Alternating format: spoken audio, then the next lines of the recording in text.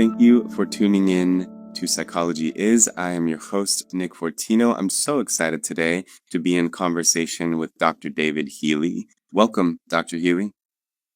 Hi, Nick. It's good to be here, but it will be slightly better if you just call me David. David it is. Great. So David Healy is a well-known psychiatrist. I have a strong feeling that many people who clicked on this video or pressed play are aware of David Healy. You're an author, professor, significant body of work focusing on many different aspects of the field of psychiatry, and you can fill in any gaps I have here in your introduction and wealth of knowledge. But I know that you focused a lot on the history of psychopharmacology and the pharmaceutical industry's influence on psychiatry. You're well known for being a vocal critic of certain practices within modern psychiatry, particularly the ways in which pharmaceutical companies market antidepressants and antipsychotic drugs. You've published many books, including the antidepressant era back in the 90s, the creation of psychopharmacology in the early 2000s, Let Them Eat Prozac, Mania, A Short History of Bipolar Disorder, Pharmageddon in 2012. You co-authored Children of the Cure in 2020. And these works, as I understand it, chronicle the rise of psychiatric medications and expose troubling conflicts of interest between academia and the drug industry. So I would love to begin by just asking you open-endedly, how did you get into all of this? Including how did you decide to become a psychiatrist, but then how did you become a critic of the field? Yeah. Okay, well, I got into all of this because having trained in medicine, I knew I wanted to go into the mental health field, and I was very therapy-oriented. Now, when I say therapy-oriented, at this point it was Rogerian therapy that interested me. But I sort of thought I'd take a detour. There was an issue about how does the mind fit into the brain, and it looked like the pills that were beginning to come on stream might shed a bit of light on that. I mean, they were tools, not just to treat people, but they were tools to look at, well, how does our brain work and how do we get a mind out of it? Now, fortunately, the pharmacology lab that I ended up in for 3 or 4 years was one where I had an opportunity to work on the serotonin reuptake system before the SSRI group of drugs came on stream. And that was extraordinarily fortunate because it meant that when these drugs came on stream, people working in the industry thought I was a good person to educate other doctors about what these drugs do. So they also saw me as one of them. I'm a person working on the serotonin reuptake system. I'm working in a pharmacology lab. So they were open about things and told me things that, most of my colleagues weren't hearing. It's hard to know whether the right word for me at the time was innocent or not, or whether, I was in this area because I was interested in the issues and taking in what most people on every side told me. Okay, now, in terms of working at what the SSRI group of drugs do, it was awfully clear very early on that there was nothing wrong with the serotonin system of people who were depressed. When I say early on, I mean the 1980s, it was clear.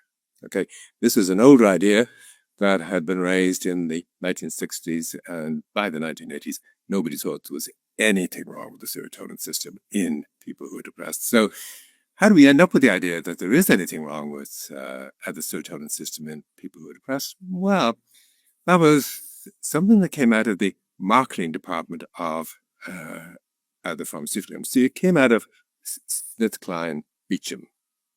And they invented the concept of the SSRI, the selective serotonin reuptake inhibitor. Now, there's nothing particularly selective about these drugs. They do work in the serotonin system, but they work on hundreds of other things as well. They aren't clean and pure drugs. And the other thing was, it was awfully clear that they were fairly weak as antidepressants. The industry people that I talked to made it clear that when they compared the newer SSRIs coming on stream during the 1980s with the older antidepressants, the older drugs always beat them. So the issue was, well, how do you bring a drug on the market that's going to be weaker and more expensive than the older drugs that are there? And the answer was easy. The marketing department will be able to sort this out. And in particular, the issues were, look, the money isn't in people who are severely depressed, which was a rare group of people who used to go into hospital to be treated with the older antidepressants or even ECT. The SSRIs didn't actually work for this group of people, but the money was people who were on the benzodiazepine group of drugs. And there was an opportunity opening up because during the 1980s, we were awfully concerned about people being hooked to the benzodiazepines. So the SSRIs could come on stream as the pill for everyday nerves that you didn't get hooked to. And one of the ways to sort of get that over to people was to call them antidepressants rather than anxiolytics. Because with benzodiazepines, nobody's going to believe that you could have an anxiolytic drug that you wouldn't get hooked to, but the antidepressants weren't linked to people being hooked to them. As it turns out, within a few years of the SSRIs been on at the market, there are more reports of people being hooked to each of them than there were to the entire group of benzodiazepines put together over the previous 20 years. So this was interesting. But one of the other things that was clear from working in a pharmacology lab was that there was a thing then called behavioral pharmacology, which was a bunch of people who had a background in behavioral science, looking at rats and gerbils and things like that, giving them pills and looking at what happened to their behavior. They did some looking at what was going on in their brain also, but they were intensely interested in the behavior of these animals. And that's one of the things we've lost completely. And the point behind that is, well, we got the SSRIs from people, therapists, giving them to patients during the 1960s.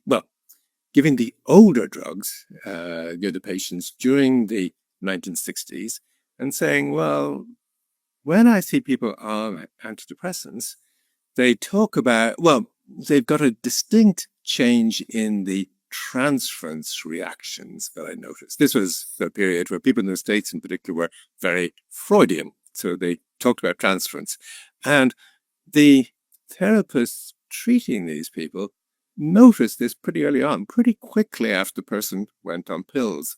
And this was nothing to do with the illness getting better. This was a change in the interaction between two people that was awfully obvious, okay? And it's that led to the SSRI group of drugs, because a man called Arvid Carlson, listening to doctors say this to him and looking at the pills where they said, we can see it most clearly with these pills and not with those pills, said, well, the ones you seem to be seeing it most clearly with act on the serotonin system, and the ones where you figure it's maybe not happening don't act on the serotonin system. So let's try and make a drug that's a pure serotonin reuptake inhibitor that doesn't work on the noradrenaline system, which was the other big kind of system back then that people figured played a role in all this.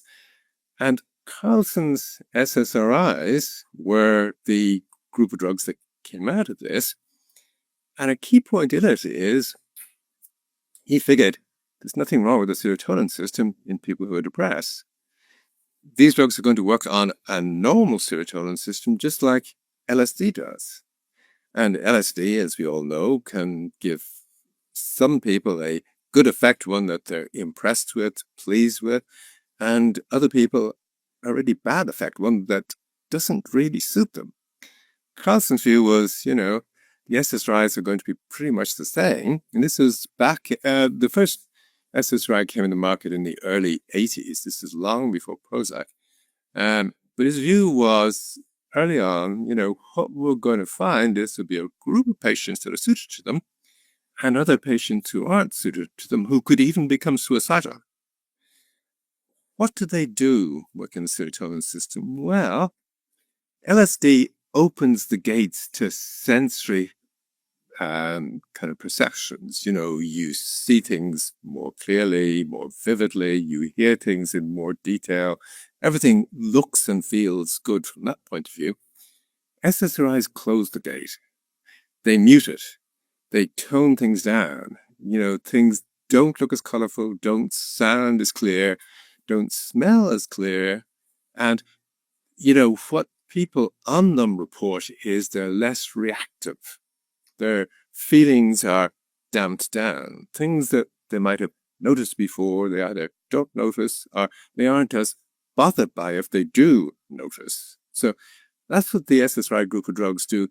That's what we're trying to get them to do, which may be useful. It's not a cure.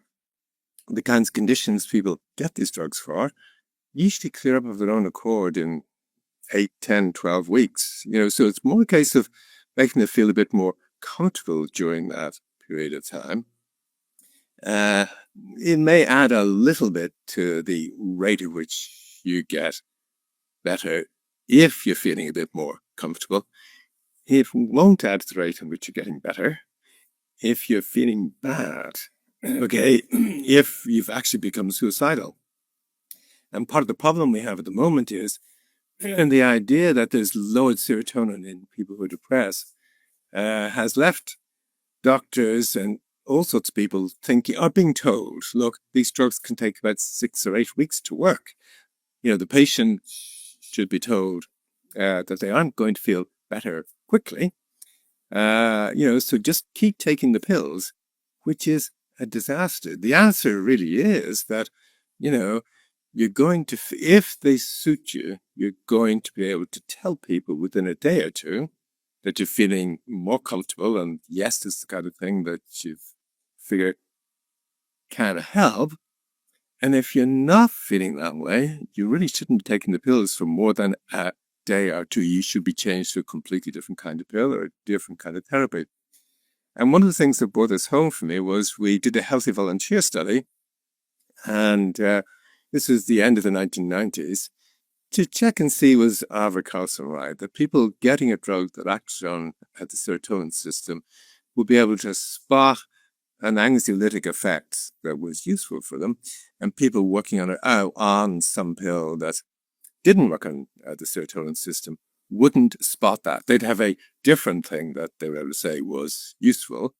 So we took a bunch of doctors and nurses who were working in the mental health unit that I was in back then, and they were all keen to check out all these pills that they'd been using and things like that. The patients in the unit didn't know that the staff were going to be on these pills, but within a day or two, they were able to approach me and say, look, is that doctor on a pill? And is he on an SSRI? And the answer is he was, and it was an SSRI. The patients were better observers, better trained in handling mental health issues than the nursing staff and medical staff in the unit were. They'd been told these things take weeks to work. They put people on these drugs. They don't spot anything. The patients, even though they don't know you're on a drug, can spot, yep, he's on a drug. And it's not just patients in a mental health unit that can spot that. It's prisoners in jail. They can spot other people who've been involved with some kind of crime who end up in the prison wing that they're in. They can spot the people on the pills and the people who aren't. And your family and friends are able to spot these things as well and can say to you, look, this is suiting you, this is fine. Or, no, you've had a change of personality and we're not sure it's all that helpful. So this isn't the kind of thing anybody's been told. But if you don't get a feel good, a chill